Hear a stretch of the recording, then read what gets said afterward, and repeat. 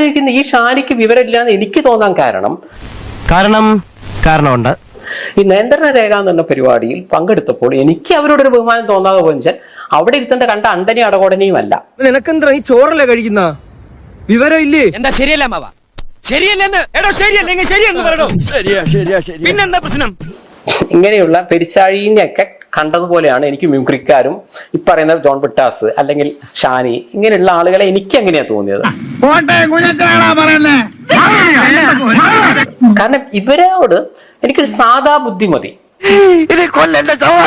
ഒരുപാട് ബുദ്ധിപൂർവ്വം ഇവരെ വീഴ്ത്താനുള്ള ലെവലൊന്നും ഇവർക്ക് ഇല്ല. ശരി, ഇപ്പൊ ജോൺ ബ്രിട്ടാസിന് എടുക്കുകയാണെങ്കിൽ എനിക്ക് വളരെ ദുർബലമായി തോന്നിയ ഒരു ആങ്കറാണ് ജോൺ ബ്രിട്ടാസ്. ഇനി നികേഷ് കുമാർ എന്താന്ന് വെച്ച് കഴിഞ്ഞാൽ എന്റെ ഓപ്പോസിറ്റ് ഡയറക്ഷനിൽ ഇരിക്കുന്നവർക്ക് ലേശ ഐക്യം ഉണ്ടെങ്കിൽ മാത്രമേ എനിക്ക് കുറച്ച് കഷ്ടപ്പാടിന്റെ അവസ്ഥയുള്ളൂ. ഒരു ബുദ്ധി വേണം, അതിവനില്ല. അന്ന് മിമിക്രിക്കാരായതിലും ശ്രീകണ്ഠൻ നായർ ഷോ ഞാൻ ശ്രീകണ്ഠൻ നായരെ ഒന്ന് വെറുതെ വിലയിരുത്തി ഇരിക്കുന്ന ബുദ്ധിയുള്ള ആരെങ്കിലും ഉണ്ടോ, ഞാൻ കുറച്ചെങ്കിലും ബുദ്ധി വേണ്ടേ.